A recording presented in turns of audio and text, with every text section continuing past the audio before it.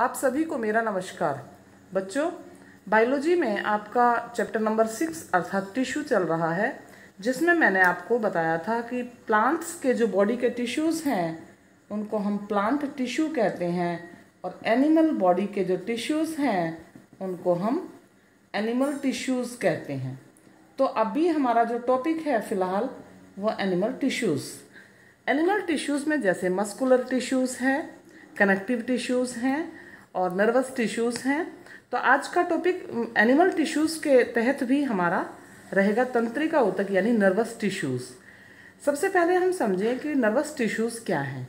बच्चों, वो टिश्यूज़ जो हमारे ब्रेन अर्थात मस्तिष्क तथा स्पाइनल कॉर्ड यानी मेरुरज्जु को बनाते हैं नर्वस टिश्यूज़ कहलाते हैं। हिंदी में इनको तंत्रिका ऊतक कहते हैं। प्रस्तुत वीडियो हिंदी और अंग्रेजी दोनों मीडियम्स के बच्चों के लिए उपयोगी है और दोनों ही लैंग्वेजेस के वर्ड्स का इसमें मैंने यूज किया है। तो देखिए किस प्रकार से टिश्यूज़ या सेल्स हमारी बॉडी का निर्माण करते हैं। जो स्ट्रक्चरल और फंक्शनल यूनिट है बॉडी की बच्चों वो सेल है और बहुत सारी सेल्स जब आपस में मिलती हैं तो टिश्यू बनते हैं। अनेक टिश्यूज़ आपस में मिलकर एक ऑर्गन का निर्माण करते हैं। बहुत सारे ऑर्गन यानी अंग आपस में मिलकर ऑर्गन सिस्टम बनाते हैं और ऐसे कई सिस्टम्स मिलकर किसी भी एनिमल या प्लांट की बॉडी बनाते हैं। लगभग 7 ऑर्गन सिस्टम्स हैं जो ह्यूमन बॉडी बनाते हैं, जैसे circulatory system, respiratory system, nervous system, reproductive system आदि। तो आज का जो हमारा टॉपिक है वही है नर्वस टिश्यूज़ यानी तंत्रिका ऊतक। जो नर्व सेल्स हैं ये मिलकर आपस में नर्व टिश्यू बनाती हैं। इनका कार्य उत्तेजनों को शीघ्रता से पूरे शरीर में एक स्थान से दूसरे स्थान तक पहुंचाना है। हमारा मस्तिष्क, मेरुरज्जु तथा तंत्रिकाएं सभी तंत्रिका ऊतकों से बनी होती हैं।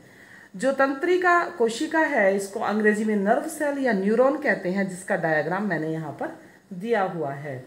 तो नर्वस टिश्यूज़ की जो सेल्स हैं इनको नर्व सेल्स कहते हैं। इन सेल्स में विभाजन की क्षमता नहीं होती, यानी एक बार इनमें कोई डैमेज, कोई क्षति हो जाए तो ये रिपेयर नहीं हो पाती, क्योंकि सेल के अंदर जो रिपेयरिंग ऑर्गन है, ऑर्गेनली है सेंट्रियोल, वो इन सेल्स में नहीं पाया जाता। इसलिए सेल्स आपस में डिवाइड नहीं करती और इनमें पुनरुद्भवन नहीं होता। एक बार यदि ये डैमेज हो जाए तो फिर मरम्मत होना मुश्किल है। इसी के तहत बाइक या स्कूटर चलाते व्यक्ति को हेलमेट का यूज़ करने का प्रावधान है, क्योंकि हमारा संपूर्ण ब्रेन इन्हीं सेल्स से बना है और यदि एक बार हमारे मस्तिष्क में कोई चोट आई तो उसका ठीक होना काफ़ी मुश्किल है। तो इसके बाद हम पढ़ते हैं स्ट्रक्चर ऑफ न्यूरॉन और नर्व सेल, यानी कि जो न्यूरॉन है, नर्व सेल है, इसकी संरचना किस प्रकार से है। देखिए न्यूरॉन की जो स्ट्रक्चर है इसमें सबसे ऊपर वाला जो मुख्य हिस्सा है इसको साइटोन कहते हैं। साइटोन यानी इसकी स्ट्रक्चर स्टार शेप्ड हो सकती है, ओवल शेप्ड हो सकती है या ये स्फेरिकल हो सकता है। साइटोन के अंदर एक न्यूक्लियस पाया जाता है और न्यूक्लियस पूरी बॉडी के जो मेन फंक्शंस हैं उन सब पर अपना कंट्रोल रखता है। इसी के साथ साथ पास में कुछ निसिल बॉडीज़ हैं। ये निसिल बॉडीज सेल की एनर्जी को कंट्रोल करती हैं। निसिल बॉडीज सेल में बाहर की तरफ कुछ प्रोजेक्शंस दिखाई दे रहे हैं। इन प्रोजेक्शंस को डेंड्राइट कहते हैं। डेंड्राइट्स बच्चों, डेंड्राइट्स में से एक डेंड्राइट काफ़ी लंबा और मोटा हो जाता है जिसको एक्सोन कहा जाता है। यानी कि सेल जो नर्व सेल या न्यूरॉन है उसका मेन पार्ट साइटोन और दूसरा सब पार्ट एक्सोन है। एक्सोन वास्तव में डेंड्राइट ही होता है और एक्सोन के चारों तरफ कुछ कवरिंग्स हमें दिख रही हैं। इन कवरिंग्स को माइलिन शीथ कहा जाता है। माइलिन शीथ, ये माइलिन शीथ जो विद्युत आवेग के रूप में इम्पल्स नर्व सेल के अंदर है या सूचना नर्व सेल के अंदर है उसको बाहर निकलने से बचाती है। जिस प्रकार से हमारी जो इलेक्ट्रिक वायर्स होते हैं उनमें कॉपर के वायर के ऊपर बाहर प्लास्टिक की पीवीसी की कवरिंग चढ़ी होती है और उस कवरिंग का जो काम है वही कार्य यहाँ एक्सोन के ऊपर माइलिन शीथ का भी है। तो देखिए बच्चों, एक्सोन और क्या क्या रोल हमारी न्यूरॉन के अंदर प्ले करता है। एक्चुअली एक्सोन के अंदर जो भरा हुआ लिक्विड है इसको एक्सोप्लाज्म कहते हैं। एक्सोप्लाज्म के अंदर सोडियम, पोटेशियम, मैग्नीशियम, फॉस्फेट जैसे कुछ पदार्थ पाए जाते हैं जो सेल के अंदर होने वाली एंजाइमेटिक रिएक्शंस के लिए आवश्यक होते हैं। और कहीं कहीं इसमें बीच में ये हमें नोड्स दिखाई दे रही हैं, और नोड्स के बीच बीच में ये जो स्पेस है इसको इंटरनोड कहा जाता है। इंटरनोड।